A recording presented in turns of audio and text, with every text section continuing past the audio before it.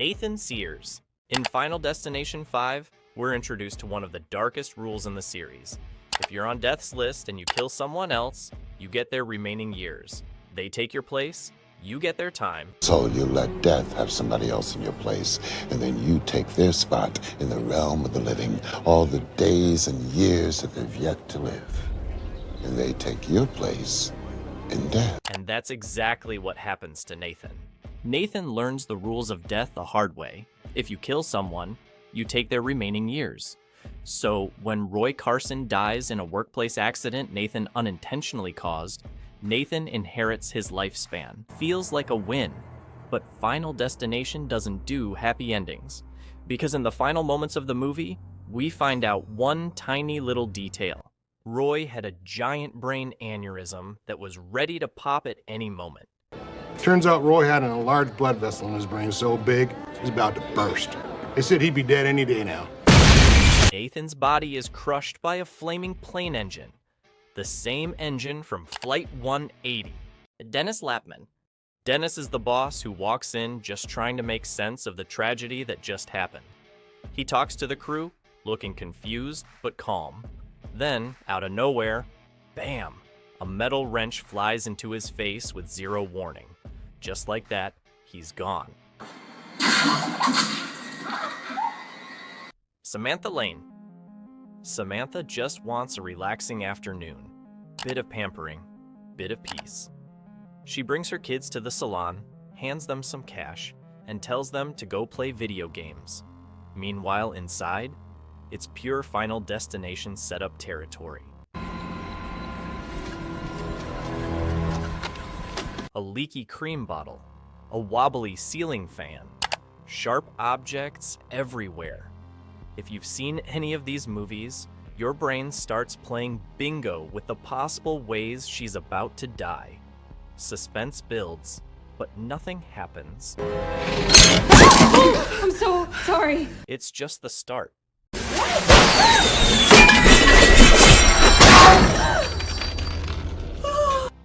Yet. She finishes her appointment, scolds her kids playfully, and heads outside. And then, a rogue rock, tossed earlier by one of her kids, flies through the air and impales her through the eye.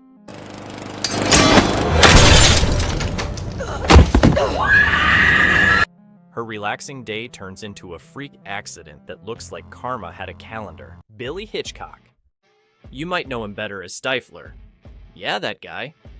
After Alex saves a group of passengers from Flight 180, Billy's one of the survivors, alongside Carter and Clear, and things seem manageable, until Carter has a full-on mental breakdown.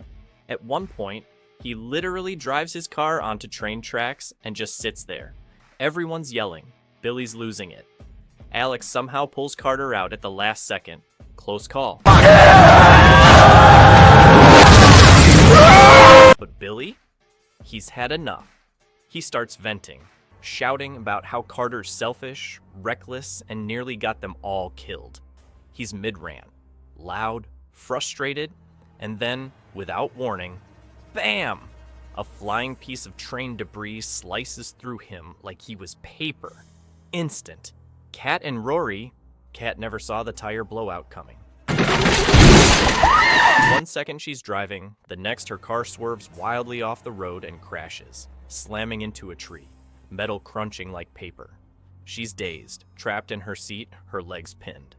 A tree trunk blocks the door, but the real problem? A steel pipe lodged just inches behind her head, pointed like a spear waiting to strike. A young rescue worker rushes in, panicked but determined. Brian Gibbons was finally breathing easy. The chaos was behind him.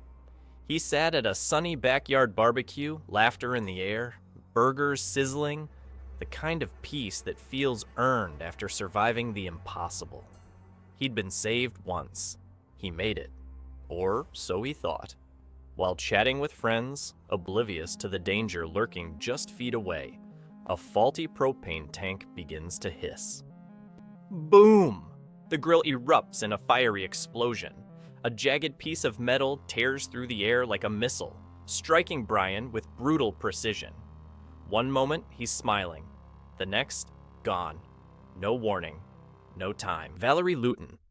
Valerie Luton just wanted a quiet evening. Alone in her kitchen, nerves frayed, she poured herself a drink to take the edge off, but she didn't notice the hairline crack in her mug. Vodka seeped out, trailing across her counter like a silent assassin, dripping onto her computer below. A spark, a sudden pop, and then glass shatters.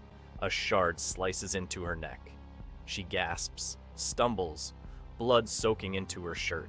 Desperate, she grabs a towel, tugging it from the rack. But in that split second, a kitchen knife, balanced carelessly on a shelf, topples and drives straight into her chest. The room goes silent. The chaos ends as quickly as it began. When Alex bursts through the door, he's too late. The house did the killing for him. Olivia Castle. Olivia Castle just wanted to see clearly. A simple fix, a routine laser eye surgery. The kind of procedure people walk into every day without a second thought. But as she steps into the clinic, something's off. Her nerves are raw, her grip tight around a small teddy bear meant to calm her down. She lays back, straps click. The machine hums. Then, in a fidget of fear, she tears the bear's eye off and accidentally drops the remote. It skids across the floor. The laser whirs to life, and she's still strapped in. Her body tenses as the beam inches closer to her eye. She thrashes, panics, finally breaks free. But fate isn't done. She steps, slips, on the very toy she clung to for comfort, and crashes through the window. Her final moment? A free fall from healing to horror, and the teddy bear's eye watched it all. Carter Daniels? Carter survives the racetrack disaster, but spirals into anger, blaming a black security guard named George for his girlfriend's death. Fueled by hate and booze, Carter tries to stage a hate crime by planting a burning cross in George's yard, but his truck turns on, catches his jacket with a hook, and drags him down the street as gasoline leaks behind him. A spark sets it all ablaze. He dies screaming in a fire of his own making. Frankie Cheeks. Frankie Cheeks was in his zone, windows up, music blasting, burger in hand. He sat at the drive-thru, bobbing his head to the beat like nothing else in the world mattered. Behind him, Wendy and Kevin were trapped in their car, shouting, panicking, because something wasn't right. A truck, driverless, barreling straight toward them. Frankie didn't hear the screams, didn't hear the engine roar. He just kept vibing, lost in his own soundtrack. And then, impact. The truck behind slammed into Wendy's car, launching it forward like a cannonball. Frankie's head slammed into the fan of the truck ahead, crushed in an instant. The music didn't stop, but Frankie did. Sam and Molly. Sam and Molly thought they'd made it. The worst was over. They survived the collapse, escaped the list, and now, finally, life could begin again. They boarded the plane with that kind of quiet relief only survivors understand. Laughter echoed through the cabin. Everything felt normal, until Sam glanced toward the back. A kid was freaking out, sweating, begging to get off. Said he had a vision that the plane was going to crash. Sam's smile faltered. His mind raced. The pieces started falling into place. And then, like a punch to the chest, he realized where they were. This wasn't just any flight. It was Flight 180. The flight that started it all. The very beginning of death's design. But this time, there was no escape. And in those last moments, Sam didn't just see the end, he understood it. The same engine that kills Nathan rips through the air.